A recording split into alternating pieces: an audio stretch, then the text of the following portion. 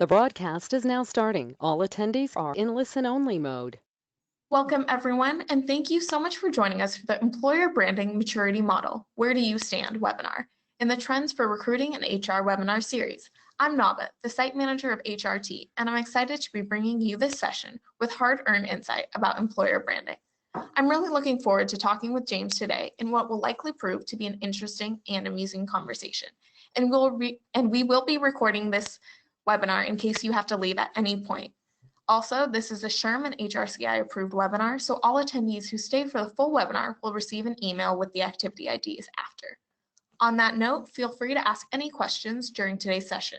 You can do so by submitting them into the questions panel on the right side of your screen. We'll try to answer as many of them as we can at the end of the presentation. My lovely colleague Joe will be fielding all your questions today. He'll be happy to answer any you might have, so pull up the panel and say hello to let him know that you're listening.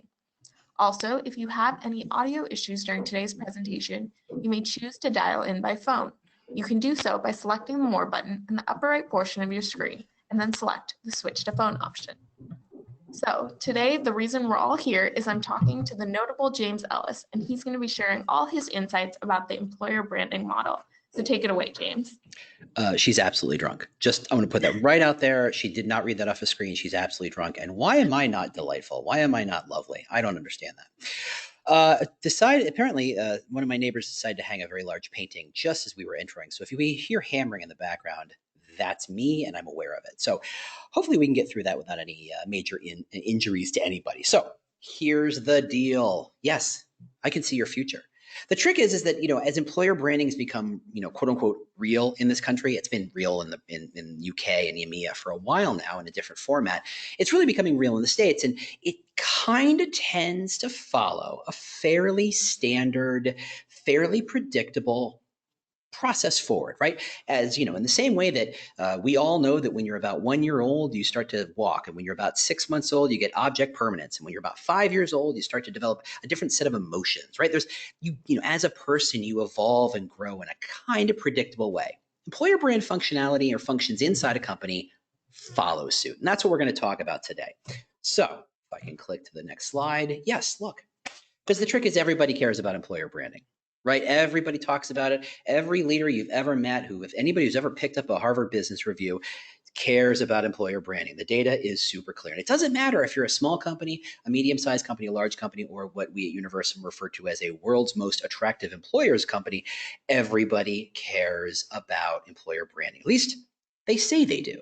And they say they care more lately than they did in the past. The trick, of course, is that, well, you know what? Not everybody gets what exactly employer branding is, right? They pick up that copy of a Harvard Business Review. They read that article, in any various website, and they say, I've skimmed it. I understand employer branding, except they have no clue. Not that there's anything wrong with that. It's not their job. That's fine. But when they say they care about it, they don't quite get it. And it doesn't matter if it's talking about talent acquisition, there's still room for improvement. There are still plenty of recruiters and TA people who don't quite feel like they understand the value or even the description of what employer branding is. And it gets even worse when you talk the farther removed from recruiting you get. Senior management seems to have barely a sense of what the heck employer branding is. And that, to be perfectly honest, it's pretty true in my experience. And I would imagine it's pretty true in your own experience. Depending on who you're talking to, they get a sense of what this is or what this isn't. So what is an employer brand? I have done presentations like this for a while. I mean, like this exactly, but I love to talk about employer brand. The handful of people who know me or listen to my podcast know that I've been talking about employer brand off and on, stages large and small and podcasts large and small for about 4 or 5 years now. And I always like to set this up. If anybody tries to talk to you about employer brand, it doesn't define it, just go ahead and assume they're grabbing you by the ankles and shaking till all the change falls out of your pocket. That's really what they're trying to do.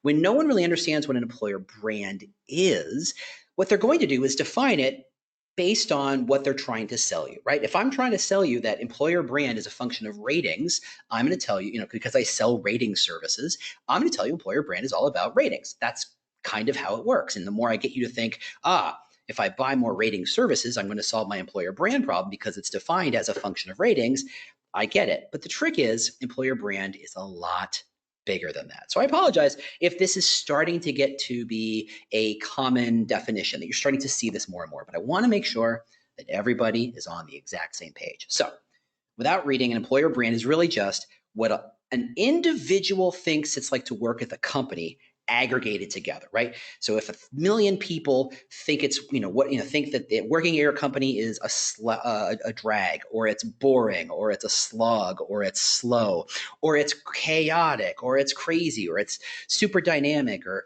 it's super creative. If everybody thinks working for you is like working at a Mad Men kind of company, well, guess what? That's your employer brand. And when you aggregate those individual perceptions, that's what we're trying to, well, gosh, I almost said manipulate. But the truth is, what we're trying to do is influence. We're trying to make people understand that working at our companies is like X. You define what that X is. It's stable. It's exciting. It's prestigious. It's respectful. It's collaborative. Whatever that thing is, your job is to figure out how to project and influence people to think that. Now, the other part of it is those perceptions are based on experiences they've already had with your brand. Anybody here from a cable company? Anybody at all? Anybody want to just kind of avoid this painful conversation we're about to have? No? Good. Excellent. And I apologize if I'm going to step on a toe. But the truth is, I've never met anybody who loves their cable company, right? You can love your shoes. You can love your favorite show. You can love Netflix. You can love Google maybe, or Apple. You can love all sorts of things, but I've never met anybody who loves their cable company, right? It's kind of like their cell phone provider, and in many cases, their airline, right? You just kind of go, okay, fine, whatever. And I wonder, what's it like to recruit for a cable company? Is it exciting? Can you really pitch an idea that, hey, this is an innovative place you should work? Especially when anybody who's trying to think about working there has probably had to call their cable company, and had to deal with the customer service. The customer service that sounds like this: page flip. Thank you for calling cable company, Mr. Ellis. Is there anything I can help you with today, Mr. Ellis? You're like, okay, I have a problem with my internet. I've rebooted everything. Can you tell me if there's an outage? Okay, it sounds like, Mr. Ellis, that your problem, Mr. Ellis, is that you have an internet outage. Is that correct, sir? Yes, that's correct. Okay, Mr. Ellis, what I'd like to do is start rebooting your modem, and that's when you start pulling your hair out. I don't, because I don't have any left. But if that's the perception, that's the touch points you've had with a company, and the company then tries to tell you how innovative they are, you kind of go, is it? So all the 360, all the different perceptions of what's it like to work there influence people's perceptions. And that's kind of the job you've got, to manage and influence those perceptions. So come on, click for me. So there are a couple rules we want to follow when it comes to employer branding. First off, great employer branding isn't just in employer branding teams. Great employer branding is the entire company. Everybody who works at that company has a share, has a role, has a voice in the employer brand, whether you like it or not. If you just talk to leaders and the leaders say, we're a company that's going places, and you decide that's your employer brand, and then I talk to frontline staff who say, I haven't gotten a raise in 3 years, I don't know where we're going, guess what the employer brand is? It's not what you think it is. It's certainly not what the leaders think it is. Everybody has a voice. Every team, every location, every role, every level, everybody has a role to play in employer branding. So when you're thinking about employer branding, don't just think about your employer branding team, which may be just you and it may be just a small team. It really is everyone. Which leads to rule number 2. Your success as an employer brand professional is based on the organization where you work. Now, I'm not a wine guy. My wife is. She's not a wine guy. She's a wine woman. Sorry, this is unscripted. You should be able to figure that out pretty quick. She's all about wine. And the thing with wine is she can tell you if wine came from Spain or it came from France. I don't know how she does it. She just tastes it and says, oh yeah, this is probably a Spanish wine. And it's because where the wine grew, where the grapes grew, takes on what's called the terroir, right? It is the territory, the soil, the nutrients of that space. And because the grapes may be the exact same from a DNA level, they may be the exact same seeds, but having planted in French soil and in Spanish soil or Californian soil or Peruvian soil, what have you, they taste different. Your employer brand is kind of the same. Your plan, your movement forward, your direction, your strategy is going to be based on the function of where you are today. That's why there's no kind of like off the shelf, here's the 20-step checklist on how to build and manage your employer brand, because it doesn't work. It's a function of how big is your company? How advanced is your company? How comfortable is your company with change? How comfortable is your company with everybody having a role, with transparency, with egalitarianism, with democracy? How comfortable is your company with adversity? Does it embrace it? Does it shy away from it? Let's be fair. It's a function of your resources. Do you have $100,000 to play with, or do you have $100 to play with? Those things impact what your strategy has to be. It's a function of where you work, which is why this maturity model is so useful, or at least so interesting to me, because it helps you kind of figure out, where am I? And there, if I know where I am, I can figure out the next steps forward. Okay. Rule number 3, clicking. Systems thinking and development eventually beats cool tactics and strategies, right? This idea that, I mean, let's be fair, every website, every podcast, every article, every tweet, all about employer branding, they all seemed about, hey, here's a cool tool, here's a cool trick, here's a cool thing to do, here's a sexy new platform coming out, hey, everybody, TikTok, hey, everybody, Snapchat, hey, everybody, 17 flavors of video, hey, everybody, cool thing. And they work. To be perfectly blunt, if you decide to go all in on TikTok for some reason, again, I don't know, it will work for a while until it doesn't. Because those are band-aids. Those are short-term thoughts. Those are just, hey, quick, let's try the new thing. Systems thinking and development, building a platform, building a complete strategy, an overarching, comprehensive 360 system will always beat the cool tactic. The trick, of course, is the word eventually. The cool tactic may be exactly what you need immediately, and it might be exactly the kind of jolt in the arm you need to kind of get over whatever you're going through, but longer term, systems always beat tactics and strategies. Okay, so those are our 3 rules. One more thing to talk about. Now, I'm going to apologize to Edward de Bono, who, if you don't know him, he's a writer. He wrote one of the best books on how to solve problems called The 6 Thinking Hats. Highly recommend. It's super easy to read. It could have been super, academic. It could have been super way over your head, but really, it's a great, simple way of thinking about problems. And that's kind of interesting because I think employer branding has similar kind of situations. So let's talk about the 3 employer branding thinking hats. The first is, clicking, tactical, cool stuff, fast stuff, things to do, platforms, things to buy, tools to do, stuff, right? That's why the stuff is in quotes there. It's the stuff. It is, copywriting and video editing. It's writing things, it's building things, it's launching things. It could be coding. It could be building websites. It could be rewriting job postings. It could be just tinkering with your ATS so that you can make sure every job posting has an image in it or something. It's the stuff. It's the hands dirty kind of stuff you do. Now, the interesting thing about this is everybody starts here. Everybody starts and gets, kind of cuts their teeth on doing good employer branding by applying tactics, right? If you're a good copywriter, you start to write things. And that's how you, show that you can make some value. That's how you create value, is you write better job postings, write better career sites, write better outreach messages, whatever it is. You're going to have some tactical skill. You apply those tactics. The trick is, that's not the only skill you need. And in fact, the farther along you go, the less you're going to get your hands dirty. Though I will say, big old asterisk, I don't know anybody who's good at this who doesn't every once in a while keep their hands dirty. So keep that in mind. The next thinking hat, strategy. It's not about how to build the stuff. It's about when to build the stuff, if you should build the stuff, right? You might decide that you're a video editing machine. I mean, you've got a brand new phone. It's got a great camera in it. You got some cool, sexy technology on it that, does great cuts, and you can throw some music in it. And you got a microphone, right? You got a great video setup. How do you know when a video is the right answer?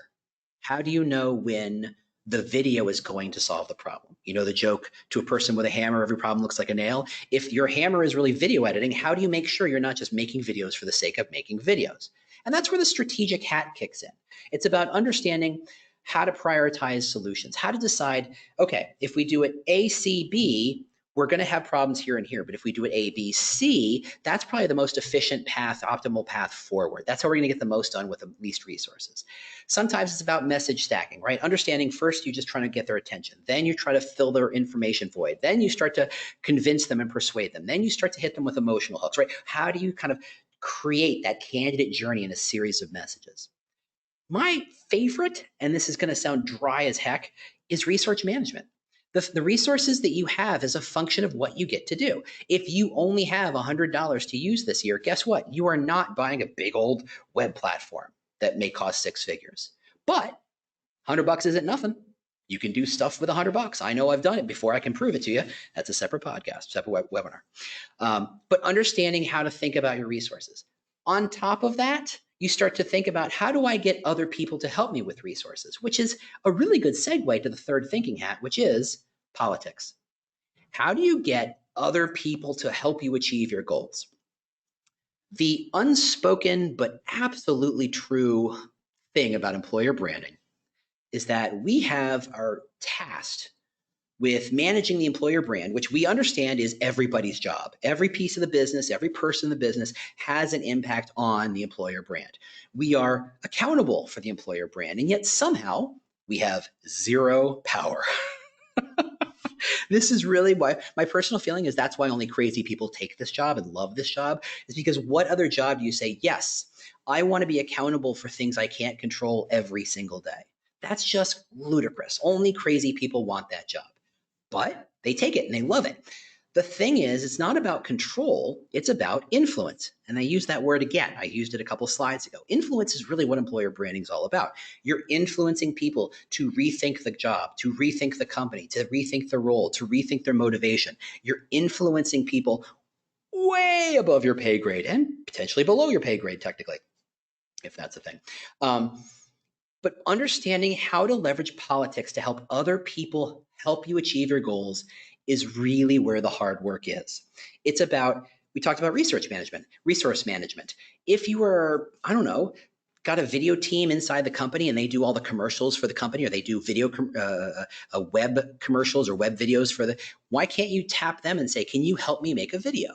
The resource is already there. How do you integrate it? How do you encourage them to do it for quote unquote free, because you don't have any money and they're internal resources? That's why you're tapping them. How do you get other teams to help you find resources? How do you get a business leader to pony up 10 grand to help you with a project that they really want, but you know that project's going to help 5 other teams?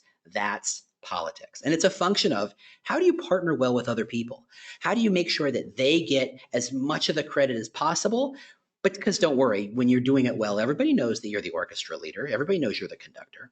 And really, I think when it gets really at the far end of doing great work, it's about how do you manage the process of integrating your brand with the consumer brand, with the investor brand, with the market brand, with the corporate brand, frankly. That's the big part of the job. Now, we're going to come back and touch back on this in a couple of minutes, but hi, how you doing? I'm James Ellis. I'm the guy with a big old bald head. You may know me from such podcasts as the Talent Cast. If you do, hey, how you doing? I have a newsletter that comes out every week. I just send out links to articles and kind of annotate them and say why I think they're interesting. I'm on Twitter, and I am the Director of Employer Brand at Universum. So this isn't a sales webinar, so don't worry. You can kind of let go of your wallets. I'm not going to do that to you. But if you ever want to talk about data and employer brand, I'm your guy. Feel free to ping me. And that's the end of that pitch. So here's the deal. Starting with this idea that what candidates want is kind of the ground floor of good employer branding, right? If every candidate wants cash and stacks on stacks on stacks, as it were, if I was a John Ralphio joke, only 4 people on this webinar got that. If you got that joke, feel free to kick in and say, hey, congratulations, that's a John Ralphio joke that you just made up. You have to understand what talent wants. Now, from Universum's data, we have a lot of data. We just realized that, and we looked at this data every year for 30 years, we've seen a very interesting shift that I want to bring to your attention because I think it may kind of change your point of view a little bit. Now, the 4 drivers of business students, what they want in a job are these, and these are in fact in order: high future earnings, leaders who support my development, training and development, secure employment. High future earnings, not a surprise. No one goes into business to save the world. They go into business because, well, that's where the money is, right? That's the Bonnie and Clyde thing. Why do you rob banks? Because that's where the money is. But the other three are relatively new. Yes, and these are mostly undergrads, Cassie, but not exclusively. Thanks for pointing that out. These are generally business students. And by the way, this is based on US data of 53,000 survey results from last year. We're in the process of collecting data for this year. Feel free to talk to me about it. I told you I wouldn't pitch you. Why do you make me, Cassie? Why? Anyway, we didn't plan that. So the other three, the leaders who support my development, the training and development, the secure employment, those are relatively new. 3 or 4 years ago, those were much lower on the totem pole in terms of what drove people. What drove people was inspiring leadership, valuable purpose, impact, right? The whole millennial litany of things millennials want, right? The thing is, over the past 3 years, well, you've been watching the news, right? It's kind of nutsy out there, right? Whether it's politics, whether it's the economy, whether it's medicine, whether it's rioting in the streets in different countries, everybody's kind of, and this is a technical term, freaking out. And so when you are the terroir, or I keep using these wine terms, when the terroir of when students graduate is so different, the reason why millennials were able to say things like, I care about purpose and I care about making an impact was because they had a long-term stable economy, long-term stable politics, so they could focus on kind of elevated levels of Maslow's hierarchy. When things are crazy, when things are weird, everybody focuses on taking care of themselves. So these are 4 drivers that say to us, this is what students want. They want to take care of themselves. Now, if all of your messaging is a function of join us and save the world, well, I hope you're the Red Cross. I hope you are legitimately saving the world. If you're trying to pitch yourself as someone with a new app trying to save the world, that is a bit of a stretch. Focus on what talent wants, these 4 things. Now, engineering students are slightly different. They've got innovation at the top, but imagine you're an engineer. When you work on innovative products, you are functionally providing for yourself and providing protection against, whatever comes next. If you work on great, cool, interesting, innovative products, you're going to be much easier to get the next job, right? It is just the same as leadership, support, development, secure employment. Those are all kind of intertwined. And these are shifts we've seen over the last 3 years, and you should take advantage of it. Now, when we talk about these things, let me show you the bigger picture. Here are the 40 drivers of why people take a job. Now, go ahead and take a minute to skim this. I hope you can't see these alerts I'm getting. Calm down, Henry. I'll get back to you in a minute. These are the 40 drivers of what people care about. Now, what's nice is they're all really positive. Some people love prestige. Some people love a friendly work environment. Some people love respect for its people. Some people love team-oriented work, secure employment, support for gender equality. You name it. There's something in here for everybody. In fact, I wouldn't say that any of these have any negative, right, Nick? No one goes, ugh, I don't want to work there. They've got ethical standards. Ugh. No one thinks that, right? I mean, generally, real people don't think that. They go, okay, cool, ethical standards. I don't care, but that's fine. So the thing is about if you understand what motivates people, if you understand what they care about, what they're willing to sacrifice to get, you can position yourself to give them what they want. You are attracting more of that talent, which is, let's be fair, the employer brand kind of motto. And when you're developing your employer brand, the best way to do it is finding that sweet spot between what's attractive, that is what they want, what you're offering, and what you're known for. And if you can figure out which of those traits are right there in that sweet spot, you're going to have a strong EVP and a stronger employer brand foundation. Now, what do you do with that? Well, here's the thing. We talked about how employer brand is a function of the company, right? How big it is, how much resources you have, how its capacity or appetite for change or complexity or what have you. But it's not, so if employer brand success has to do with how the company is, you need to understand how your function evolves inside that company. And here's where we get to the future facing stuff. So you ready? Here we go. Now, this is a really pretty image that Google chart art made for me, so don't be impressed with it too much. But here is kind of the Maslow's hierarchy of how employer branders evolve their thinking. It starts with the very bottom, traditional, right? Just recruiting as usual, basics. Now, for as long as I've been doing this, there's always been plenty of companies who still do it this way, and we've been talking about this for a long time, and there still are lots of companies who think this way. This is a judgment-free zone. I'm not going to pick on you, But what I'd like you to do is, as we walk through these, is start to listen and start to think, where does my company and where does my employer brand function live? Where on this hierarchy in this maturity model does it sound like I mostly am? Because once you understand where you are, then you can start to see at the back end of this presentation how to move it forward. Okay. So there's the basics of the traditional, and some of you are probably still in that traditional model. Like I said, no judgment. Then there's the starting phase, which you're piloting an idea. Does this work? Does this work for me? Is this just a goofy idea that my leader wrote, read in a magazine, or is this something that's really going to make a difference? 3 is developing, having kind of figured out the pilot project. How do you standardize and processitize inside the company? How do you make it more formal? How do you make it more real? Once you've done that, you go to advanced, which is step 4, and that's how do you extend that to be more useful and more strategic?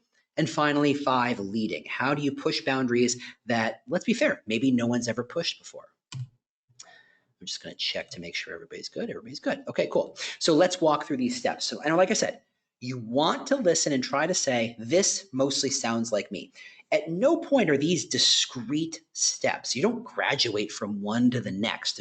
There's no kind of signal that says, you've moved from 2 to 3. Congratulations, a bell has rung and an angel gets its wings, right? It doesn't work that way. It is an evolutionary process.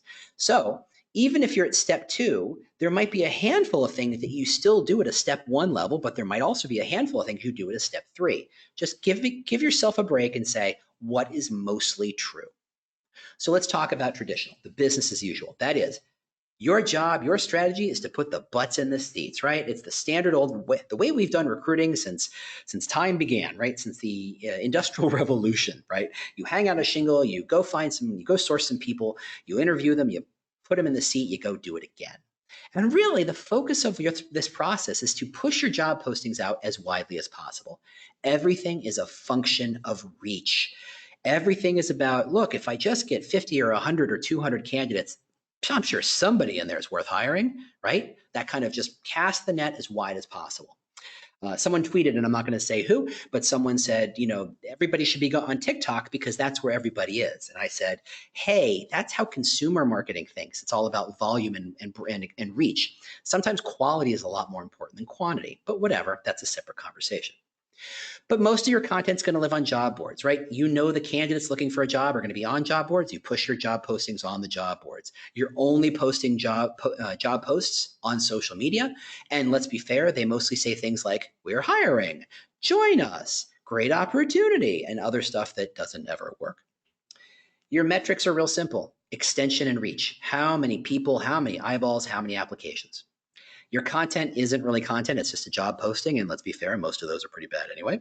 You have zero budget for any of this employer branding stuff. If anybody thinks about it, it's a recruiter kind of going, there's got to be a better way. So when you move from phase 1 out of that, you go into phase 2, and that is clicking. Okay, starting. We should try this whole employer brand thing. Now, your partners are going to be recruiters, right? You're just going to, you're just piloting a program. You're getting a couple of other recruiters to help you out. Maybe you're a recruiter. Maybe you're just kind of figuring out, how do I spend 10% of my time to do this thing? Because maybe that's all you've been tasked with, right? When you're starting and you're piloting, you don't hire an employer brand team. You don't hire a full-time employer brander. You find someone internal who seems to be interested or seems to have the aptitude. And you say, okay, look, why don't you just go ahead and spearhead this for a while? Let's see where it goes. The strategy is just about providing proof that this works. That, and let's be fair, and I, as a consultant and in agency life, I know that every company thinks they're different, and I can't convince them otherwise, because the truth is they're all 98% the same. When you do employer brand, it almost always works. But from the inside, you want to have proof. You want to make sure, you want to put the shoes on and walk around the store a little bit before you decide to buy them. Simple as that. And I get that. Your focus is all about, how do you make the recruiters' lives easier? You're not here to launch a commercial. You're not here to change everybody's perception of what this company's like. You're starting with the simple, achievable stuff. And since you're probably in recruiting, you focus on recruiters and making their lives easier. And when you make their lives easier, what we're talking about is, how do you make it so that people have a more positive sentiment of the company? And honestly, when you do that, if all you're doing is changing the outreach response rate from a 10% to a 15%, you are making huge strides in the recruiter's life, right? Just based on the pure volume of outreach they do, just a little bit of change makes a big impact. You're still doing job board stuff, but you're more aware of the review sites, maybe more passively aware. You're not really doing much necessarily with them, or maybe you are. Maybe that's the first project. You look at the career site, but you know that it's just a page inside your corporate site. It's not separate, it's not dedicated or anything. Your social media is you are occasionally writing something up or sending a picture over your corporate social channels and hoping that they send it out in a timely manner. Your whole metrics is probably your Glassdoor ratings because, well, it's a good enough place to start. Your content is just, hey, what can we put on the career site? Some basic photos and maybe a little polish on the job postings. Simple as that. Again, no budget. And the lead is probably, like I said, a recruiter who has a little bit of time dedicated to this idea. Okay. Having nailed this, having tested and succeeded with a pilot project, most companies move on to stage 3, which is cool, let's do it right.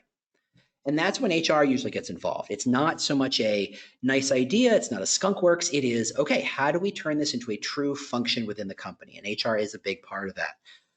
Try to avoid HR and it will be to your detriment. Taking a quick check, no questions yet? Okay, cool. The strategy is about how do you get all of recruiting on board, right? The previous plan was just getting a couple of recruiters on board, the really easy ones, the ones who were like, yeah, that's cool, let's try that. Let's be honest, and I hope I'm not stepping on too many toes here, but there's always those recruiters who don't want to ever change ever. And they're going to be the hardest to get on board. But your strategy is to get all of recruiting connected and aligned with this new idea called employer brand so that you make their lives easier. The goal is to establish a strong core of an employer brand, a very simple EVP. It may not have a lot of data, it may not have a lot of research, but it's just enough. It's a minimal viable product, if you will. It's just enough EVP for everybody to kind of create some alignment. Yes, you're still doing job postings, but now maybe you've kind of established a more dedicated career site. Maybe it's on a separate URL, maybe it's in a separate space, maybe you've got a whole separate platform you're using. Maybe you've got your own social channels. Maybe you've got 1 or 2 dedicated just to you that you own, that you oversee. You probably are starting to negotiate some direct oversight of your review sites. Now, in some companies, comms is still involved in that. Some companies, marketing is still involved in that. In some companies, it's completely up to recruiting an employer brand. Back to social, you've got those dedicated channels. You've got a dedicated cadence where you know that a couple of times a month, you're posting something. To be fair, it's very infrequent commenting. And let's be fair, it's probably your mom or other people who are in that picture that you post, but it's something. People are starting to see it. And you keep an eye on what people say in case someone, jumps in and says, hey, I'm African American and I did not get this job. You are all racist. And let's be fair, that's a broad stroke. That's certainly a painting with a broad brush. But to be fair, seen it. And I would imagine many people on this call have heard that too. So that happens. You have to be aware of it because that's one of those things. Content monitoring without any basic content monitoring will derail this whole evolution super fast. Your metrics are basic recruiting metrics, cost per hire, time to fill, right? Obvious stuff. Your content is starting to get more complicated, a little more sophisticated. You're curating content from other sources. When you see content happen, you know how to, an event happens or a party happens or something happens, an interesting story manifests itself, you're on top of it. You report on the events and maybe every once in a while you whip out your phone and take some video. Your budget exists, but there's an asterisk. It's probably stolen from recruitment marketing. And that makes a lot of sense, right? If you do employer brand, great. If you're attracting more talent, the less money you have to spend trying to reach out to them, trying to get them and push them messages. So the budget will shift, but that's really where you're going to get most of your budget from recruitment marketing budgets. And at some point, some companies actually, the employer brand absorbs the entire recruitment marketing function and just says, okay, we'll take care of job posting sites and feeds and promotions of job postings and third-party content, et cetera, et cetera. Your lead is a dedicated employer brand person. They may not be full-time dedicated, but most of the time, they are probably someone from the recruiting team. Every once in a while, it's someone from the marketing team, but that is much rarer at this stage. And you're accountable to the TA director. They want to know and understand your strategy and how your strategy applies to the broader talent acquisition recruiting process. Okay, stage 4. Let's push some boundaries. Let's get this more strategic. Let's make this real. Let's go, folks. What are you doing? Oh, I'm sorry, I skipped a slide. Let's get strategic. Reading off slides, that's really always a bad idea. So stage 4 is let's get strategic, and that's when you're going to partner more with HR and MarComs. That's marketing and comms.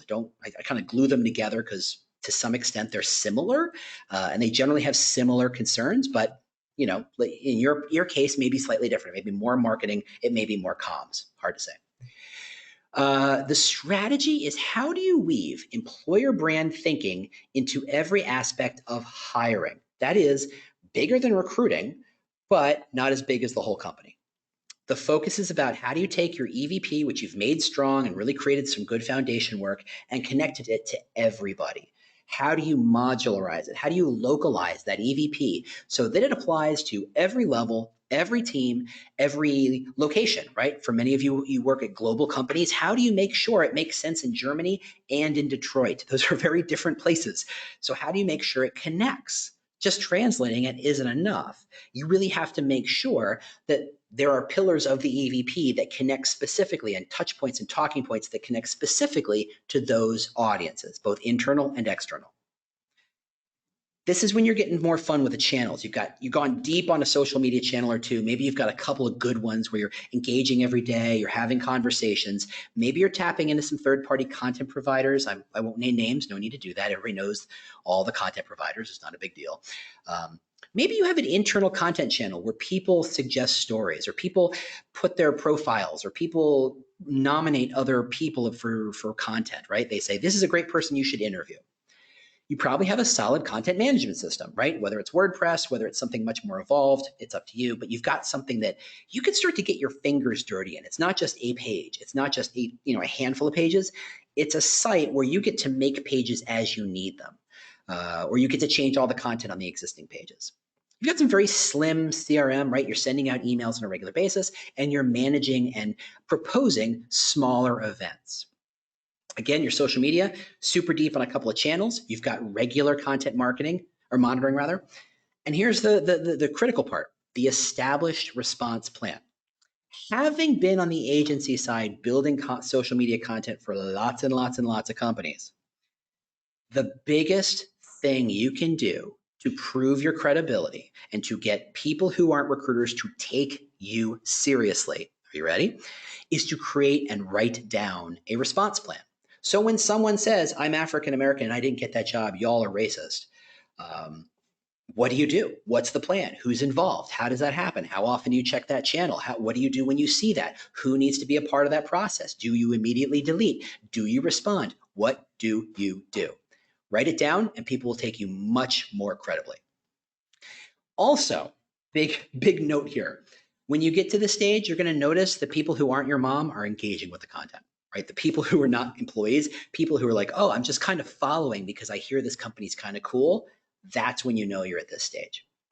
Your metrics are integrated to each stage of the life cycle. So as you say, okay, the function of this channel is to extend reach. Great. Are you extending reach? You have more eyeballs. You have more followers. Great.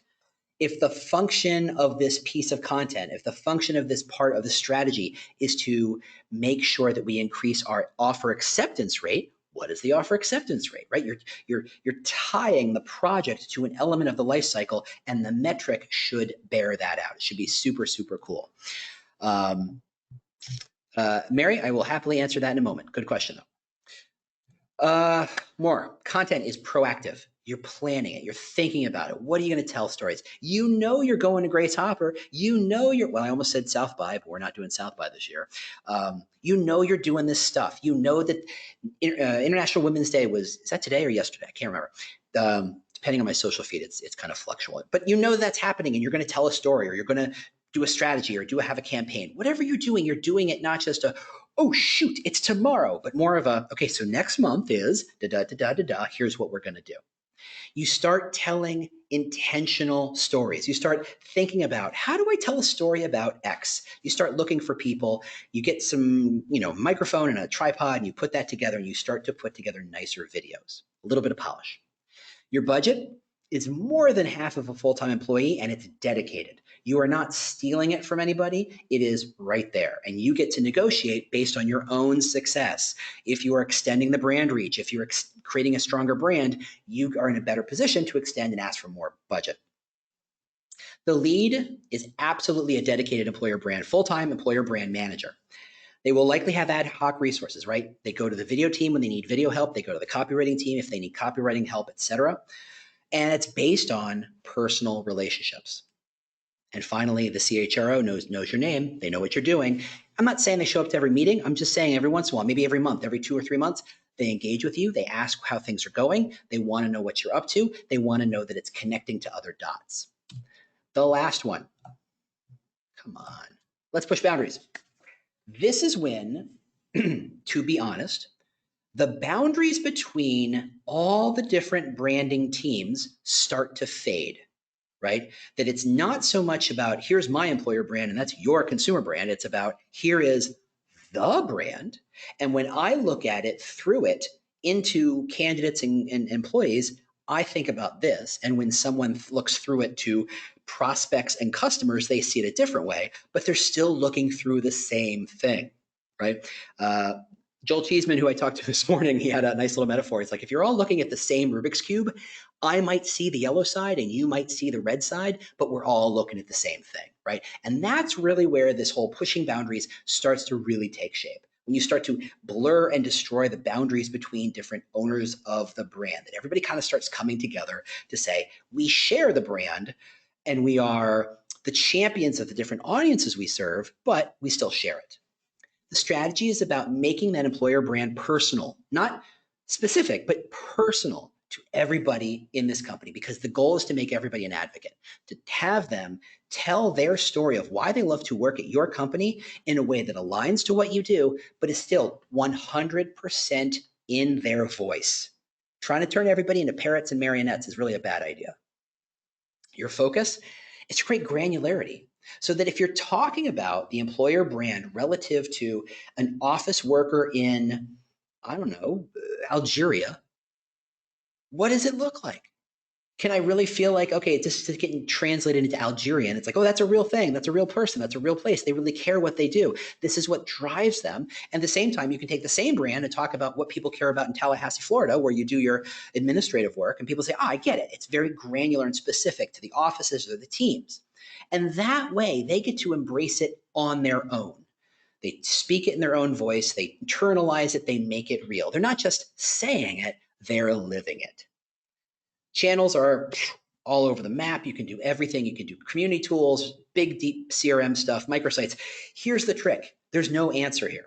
Because as you get to this level, no one's got a rule book for this. It's just, what do you think would be useful? But the nice thing is, because you've blurred the lines between other branding teams and other marketing teams, you get to steal cool ideas from them.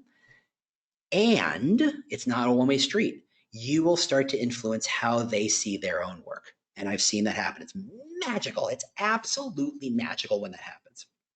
Your social media is super sexy and cool. You got some live video. You're doing some experiments with influencers. You've got, you're on the TikTok. You're doing the cool stuff, whatever it is.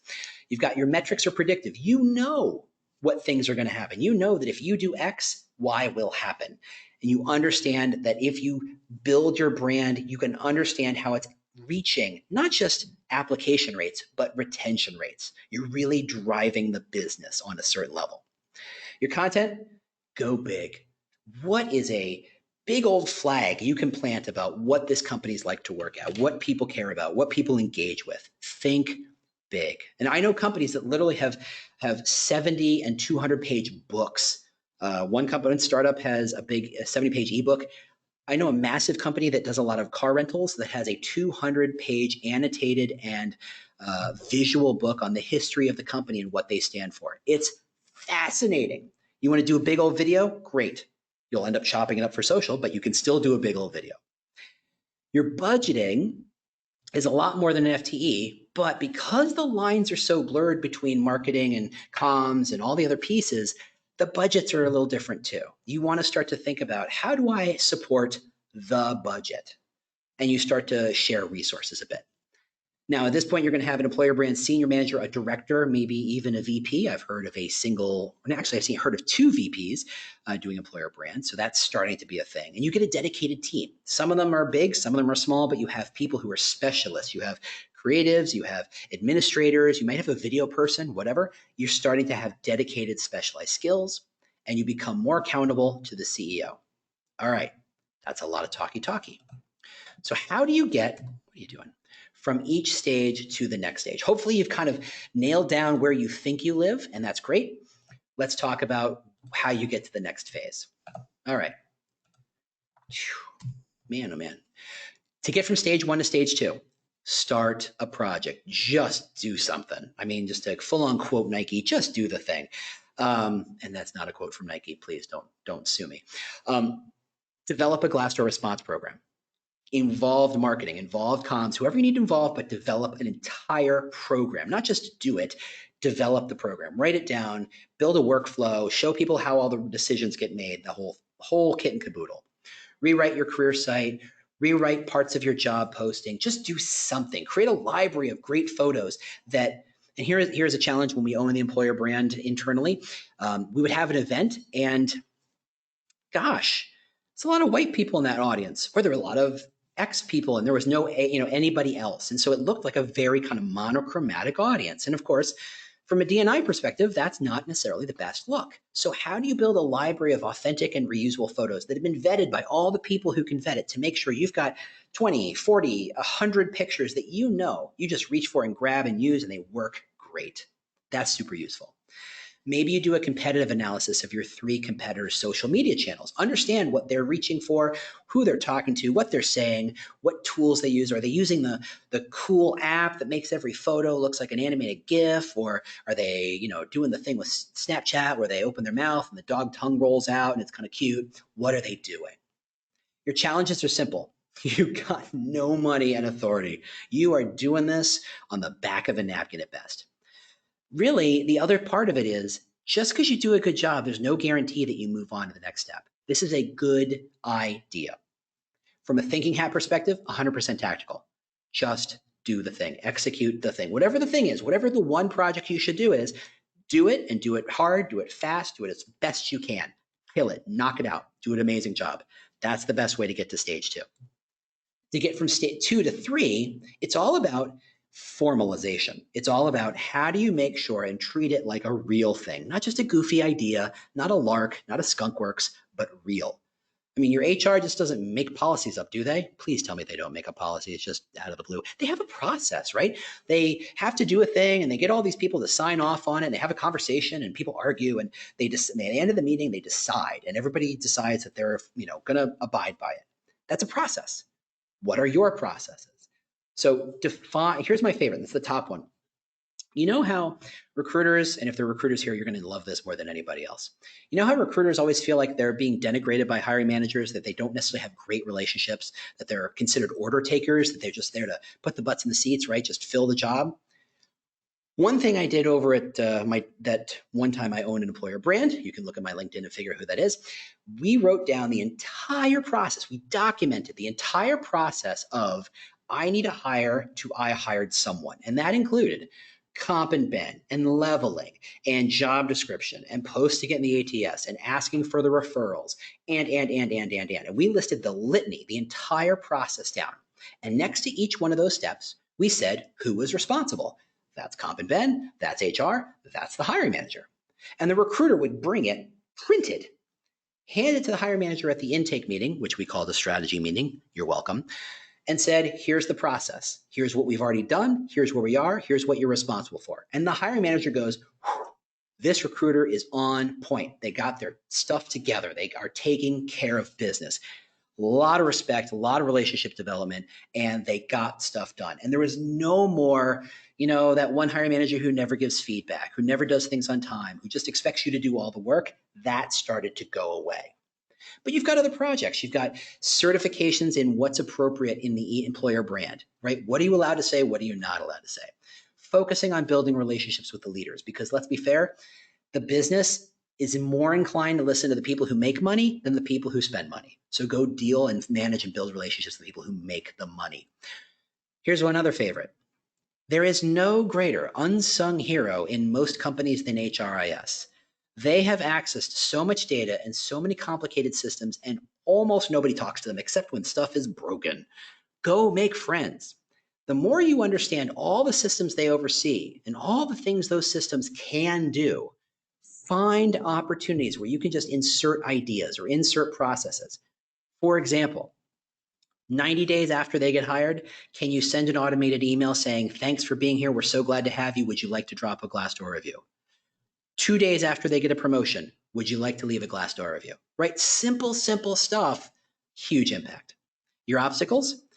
You're going to spend most of your time educating people on what employer brand is, because it's very easy to get pigeonholed as the swag dude or the swag dudette, right? Just because you got the water bottles and the t-shirts and the squeezy balls and the keychains and the stickers and whatever you got, you do not want to be the swag dude or the swag dudette. You are more than that. From a thinking hat perspective, it's still mostly tactical. You're still doing the work, but you're starting to think strategically. To get from 3 to 4, it's about developing a solid EVP. What is the certainty? What is the strong foundation you're going to build everything on top of it? The truth is, if you've got a I think so, I guess so, maybe probably kind of EVP, you cannot build good creative on top of it. No one understands what you're building on top of it. No one understands the foundation. So great creative is not a function of great creative minds. I mean, not just that, but it's about having a good solid foundation to build it on. More competitive research. What does a candidate see? Who are they considering? What are those companies offering? What do they care most about? Where are their social content? What does their career site say? What does their job postings look like? Understand your competition. This one's my favorite. If anybody tries to tell you what your metrics are and they don't have employer brand in their title, they don't know what they're talking about. I mean, maybe they kind of sort of do, or maybe they have the best of intentions, but in the end, you're the professional, you're owning it. You have to define your own metrics. And the more you do it proactively, and the more you share it openly with leadership, the more people are going to say, oh, well, they seem to have a picture, and they seem to have a plan, and they seem to be on top of it. I'm going to quibble a lot less. And trust me, when they quibble a lot less, you get more stuff done. Maybe you build a strategy deck that's a standalone that you can kind of shoot out via email to people ahead of meetings so that they know what you're all about and they can see the bigger plan. Focus on sentiment. What are you known for? Why do people know you for? See how it shifts over time. Look at competitive sets, the whole ball of wax. Your biggest challenges and obstacles is like you're going to spend a lot of time sitting in marketing and comms meetings, just sitting, just taking up space. And you need to do that to kind of justify your existence a bit. It takes a long time to develop good, strong relationships with most marketing comms teams. It's not denigration. It's simply how they work. Generally, I'm painting with a big broad brush here. You start by just spending time in their office and spending time in their meetings and listening to how they talk and listening to what their challenges are and understanding the vernacular of how they see the world so that 3, 6, 12 months down the road, when you start to engage more, you're using their language. You're talking to them about them in ways that they understand that. Someone did not care for me introducing the presenter as drunk. Okay, that's just how we're going to be. That's fine. We're almost done, and you are almost done with me. You'll have time for a few more questions. And if you have questions, throw them in the presentation tool. I will happily answer them towards the end. We're almost at the end. The trick is you're going to need to see that you're going to have to make leadership see that employer brand is more than talent attraction. Remember rule number 1, employer brand is about the entire company, and they will be the last people to get it, but you need to get them to get it, because if you want to get to stage 4, you have to see the entire picture. And that's why it's 30% tactical, 50% strategic, and 20% political. Building relationships, understanding what people are looking for, understanding what people care about, helping them so that they can help you down the road. Finally, to get to stage 5, click, there we go. You've got to be more transparent. You've got to make the EVP and the whole process more open, more accessible. They need to see how the strings are made, how the sausage is made. They need to understand what's going on. If they just see the poster, if they just see the deck where it says, here's our EVP, say it, they're not going to get it. they're not going to have a chance to kind of integrate it into their own thinking, into their own voice. They're not going to be able to integrate it into their own particular microculture, and it's not going to be nearly as useful. Do your best to be as transparent as humanly possible. Tell everybody what your strategy is. There's no secrets. None of this has to be a secret. There's no surprise involved. Push your activation strategy. In 6 months, we plan on doing X and Y and Z. Here's how we get from here to there. Real power, though, is outside of the obvious. And that's why I suggest you look for ancillary projects. Look for the onboarding project, the international mobility project, the referral project. Everybody's got a project that everybody's kind of like, I mean, we know we need it, but nobody really cares about it. Jump on that thing like it's the last donut at the buffet, man. Just go for it. Because no one else wants it, but you know that if you do it right, and if you can integrate all your employer brand thinking into these kinds of projects, your strategy seeps and weaves into every little piece of the hiring process. In fact, the entire company process. If your language is what is driving people to be interested in this company, you are attracting a certain kind of person. And those kinds of people are engaged in a certain kind of way. If you take a long enough timeline, integrating your thinking into all these different steps means you are driving the kind of people who get hired, the kind of people who succeed, which in turn drives what the company is. It's amazing, right? Publish your benchmarks of your company relative to other places. Just do me a favor. Don't fall in love with your own benchmarks. Benchmarks are always backwards facing, but just be understanding that this is what other companies are doing. Take some inspiration occasionally, but let's focus and figure out what you can do. Again, push your metrics out to everybody. And my favorite is take more meetings with vendors, not just because technically I am one, but because vendors talk to a lot of people. They have amazing perspective because they talk to lots of companies. Listen to what they have to say. You don't have to buy anything, but understand what they see and what they say, but also see what's out there. What are new tools, new ideas that you hadn't come across yet that's what they do. For me, and maybe this is me talking to me, Lord knows that's happened now and then, avoid ego traps. You are the conductor of the orchestra. Just because you don't play an instrument doesn't mean you don't share in the glory. But if you try and take all the bows, you're in trouble. Let the people who are doing the work, let the people whose stories you're trying to tell take as much glory, as much share of voice, as much spotlight as they can stomach. Let them be the rock stars. You are just in the back conducting and managing. Don't worry. Your boss's boss. Everybody who needs to know will know that you are the genius behind it all. Focus on giving away as much of that credit as you can. We're almost out of time, so I'm just about to finish here. The last thing is few companies ever reach this stage. So if you're inventing, you have to invent. That means start from where you are and say, what would be good for me? This is a far more political stage. You are still going to get your hands a little dirty. Just so you know, as I'm clicking, I'm going to email you tomorrow. Yeah, you registered. I got your email address. I'm going to send you a link to the slides. I'm going to send you a link to a job posting webinar. I'm going to send you a bunch of stuff. It's all free. Enjoy it. Don't enjoy it. That's cool. I'd love to be friends. That's what I got. I'm happy to answer questions. By the way, that's my email address. So if you have any questions outside, feel free to email me directly. But I'm going to go to the question box. First off, Mary asked a question of where do you get polished video? There's lots of, frankly, the new generation of every phone has a great camera. Get a tripod, get a microphone. It will cost you $75. Go do it. And honestly, with a Mac that comes with iMovie, you can put together great, slick, polished movies very easily. It's really not hard. There are, however, plenty of other vendors I could talk about who do this really, really well, and we can talk about that offline. Where can you Michaela asks, where can I listen to the Talent Cast? It's a podcast. It's everywhere you get podcasts. Thank you for the plug. I did not pay her for that. Other questions? All right, that's what I got so far. If anybody has any questions, I'm going to be here for another 2 minutes answering. Feel free to jump in. I am listening. I'm watching. Otherwise, that's me. You can annoy me online. Please do. I love it. Apparently, that's just how I'm raised. What am I going to do about that? Happy to answer questions. Happy to help. All right. Oh, James, here we go. I just want to jump in real quick before you get to that question and just thank you so much for a great webinar. I will let you answer Tammy's question real quick, but we also have a couple questions emailed to us. But yeah, I just want to say I was very entertained the whole time. And yeah, we couldn't see your notifications from Henry, so no need to worry about that. Good. I was worried about that. He was wondering where I was. He did not realize I was doing this. Tammy's question was, do you suggest using video instead of normal job descriptions? The answer is sure. The answer is a non-answer. I have seen great examples of using videos. I will happily point you to vendors who do great job description videos, but it's not, there's no such thing as an answer for everybody. Everybody does it differently. And if you have a lot of money, do it. If you don't have a lot of money, test it, see what happens. There's no good answer, but for my money, I bet that if you make a video and I get a good creative copywriter to write a job description, I'm going to win.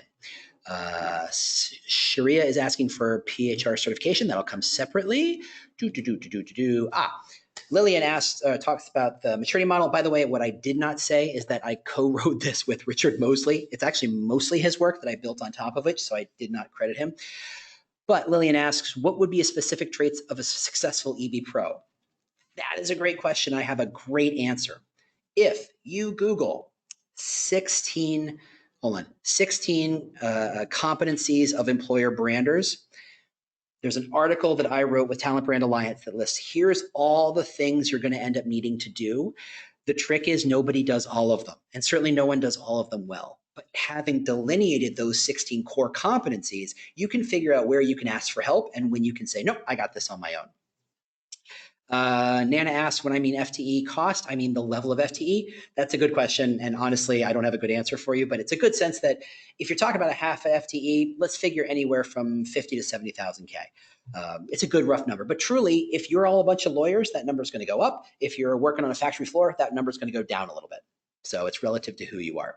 Yes, I'm sending out these slides, Kara. You're going to get that email mañana. That's Spanish for tomorrow. And how to acquire more strategic and political aspects. Oh my good, Lillian, you are just killing me today. That's a great question. How do you acquire more strategic and political aspects? And I have no answer. There are a number of great books on strategy. Robert Greene has a great book on strategy. He actually has a good book on politics too. But there's a lot of good strategy, bad strategy. There's another couple good ones. I'm going to try and think of that. Lillian, you can ping me online. I know we're friends on LinkedIn. I'll come up with some good books to list. That's a great question. All right. That's all the time I have. You can all run away from the sound of my voice. Some days I know I'd like to. Thank you all for being a part of this. Thank you all for paying attention. Look forward to my email mañana, and feel free to ping me if you need anything. Thanks so much. Great. Thank you so much, James. And as you said, you all will be receiving the slides tomorrow. And if you do have any more questions, feel free to connect with James or email us and we'll send it over to him. But thank you all and have a great rest of your day. Bye, everybody.